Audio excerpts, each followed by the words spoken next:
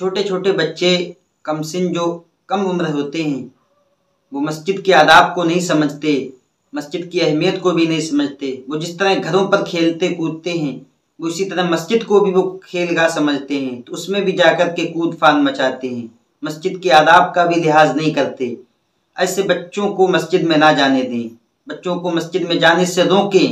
اگر آپ کا بچہ سمجھدار ہے، مسجد کے آداب کو سمجھتا ہے، اس کی اہمیت کو جانتا ہے اور نماز کے طریقوں سے بھی واقف ہے، تو ایسے بچوں کو بالکل مسجد میں جانے کی اجازت ہے۔ لیکن اگر بچے بالکل ناسمجھ ہیں کہ وہ مسجد کے آداب کو نہیں سمجھتے، اس کی اہمیت کو نہیں سمجھتے، تو ایسے بچوں کو ہرگز مسجد میں نہ جانے دیں۔ یہ لوگ جا کر کے خود بھی کود فان کرتے ہیں، عیب کرتے ہیں، طوفان بدتمیزی مچائے رکھتے ہیں اور دوسروں کی بھی نماز میں خلل اندازی کرتے ہیں، خود بھی نماز نہیں پڑھتے، دوسروں کو بھی نماز نہیں ادا کرنے دیتے۔ حدیث شریف میں تو بہت وضاحت، بڑی صراحت کے ساتھ تاکیداً منع کیا گیا ہے کہ ایسے بچوں سے مسجدوں کو دور رکھیں اور ایسے بچوں کو مسجد میں ہرگز نہ جانے دیں۔ ابن ماجہ کی حدیث پاک ہے، امام ابن ماجہ نے پورا ایک باب قائم کیا، باب ما یکرہ فی المساجد۔ یہ باب ان بیان میں کہ مسجد میں کیا کیا کام مکروہ ہیں، تو اس میں ایک حدیث ذکر کی، حضرت ثعلبہ بن اسقع رضی اللہ تعالیٰ عنہ سے مروی ہے، ان النبی صلی اللہ علیہ وسلم قال جنبوا مساجدکم صبیانکم ومجانینکم وشرارکم وبیعکم وخصوماتکم ورفع اصواتکم، کہ اپنی مسجدوں کو بچوں سے اور جو مجنون پاگل ہیں ان سے اور جو شریر لوگ ہیں ان سے بچا کر کے رکھو، ان کو مسجد نہ جانے دو۔ اور آگے فرمایا وبیعکم، اور مسجدوں میں خرید و فروخت بھی نہ کرو، کوئی اپنے خرید و فروخت لینے دینے کی بات بھی نہ کرے۔ وخصوماتکم، اور مسجد کے اندر جھگڑا فساد کا بھی معاملہ مت کرو، کوئی کسی سے لڑ بیٹھے، اس طرح سے جھگڑا فساد بھی مسجد میں نہ کرو۔ مسجدیں نماز کے لیے بنائی گئی ہیں، یہ عبادت گاہیں ہیں، یہ اللہ رب العزت یہ شاعر اللہ میں داخل ہیں۔ قرآن دیکھو کہ ان کے بارے میں کیا کہتا ہے، وَمَن يُعَظِّمُ شَعَائِرَ اللَّهِ فَإِنَّهَا مِن تَقْوَى الْقُلُوبِ، جو شاعر اللہ کی نشانیوں کی جو تعظیم کرے تو یہ دل کا تقویٰ ہے، تو ان کی تعظیم کرنا ہمارے لیے بہت ضروری ہے۔ اس کے بعد حدیث پاک میں آیا ہے وَرَفَعَ أَصْوَاتِكُمْ، مسجدوں کو اس چیز سے بھی پاک رکھو کہ اس میں آواز بلند کی جائے، اپنی آوازوں کو بھی مسجد میں بلند مت کرو۔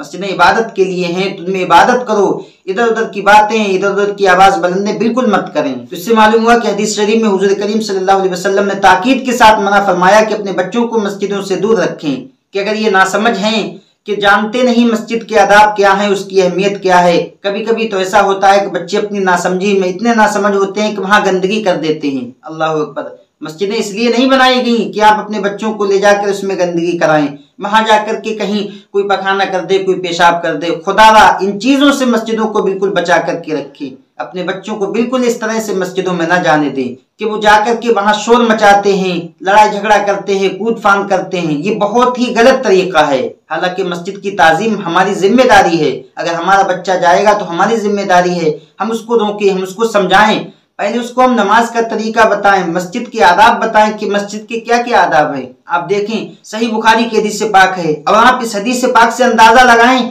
کہ مسجد کی کتنی تعظیم ہے۔ حضرت عمر رضی اللہ تعالیٰ عنہ کا زمانہ ہے، حضرت عمر فاروق رضی اللہ تعالیٰ عنہ کا کارنامہ دیکھیں کہ انہوں نے مسجد میں کسی شخص نے آواز بلند کی تو اس کے ساتھ کس طریقے سے آپ پیش آئے، کتنی سختی آپ پر فرمائی۔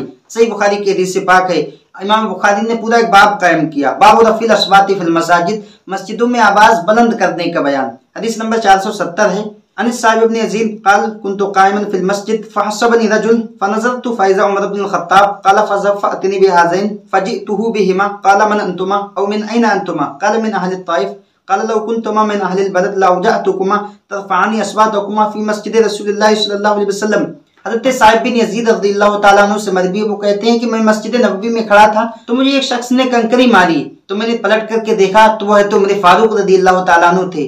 انہوں نے مجھے بلایا کہ میرے پاس آؤ، جب میں ان کے پاس گیا تو انہوں نے کہا یہ دو شخص آپ کو نظر آ رہے ہیں، ان کو میرے پاس بلا لاؤ۔ حضرت عمر فاروق کے پاس حضرت صاحب بن یزید ان کو بلا لائے۔ مولا عمر فاروق نے ان سے پوچھا کہ آپ کون ہیں، کہاں سے آئے ہیں، کہاں آپ کا مکان ہے؟ ان دونوں شخصوں نے جواب دیا کہ ہم طائف کے رہنے والے ہیں، طائف سے یہاں آئے ہیں۔ حضرت عمر فاروق کا جواب سنیں، آپ نے فرمایا لو کنتما من اہل البلد لاوجعتکما ترفعان اصواتکما فی مسجد رسول اللہ صلی اللہ علیہ وسلم، کہ اگر تم مدینے کے رہنے والے ہوتے تو میں تمہیں بغیر مارے نہیں چھوڑتا، تمہیں سزا دیے بغیر ہرگز نہ باز آتا۔ رسول اللہ صلی اللہ علیہ وسلم کی مسجد میں آواز بلند کر رہے ہو۔ دیکھو مولا عمر فاروق رضی اللہ تعالیٰ عنہ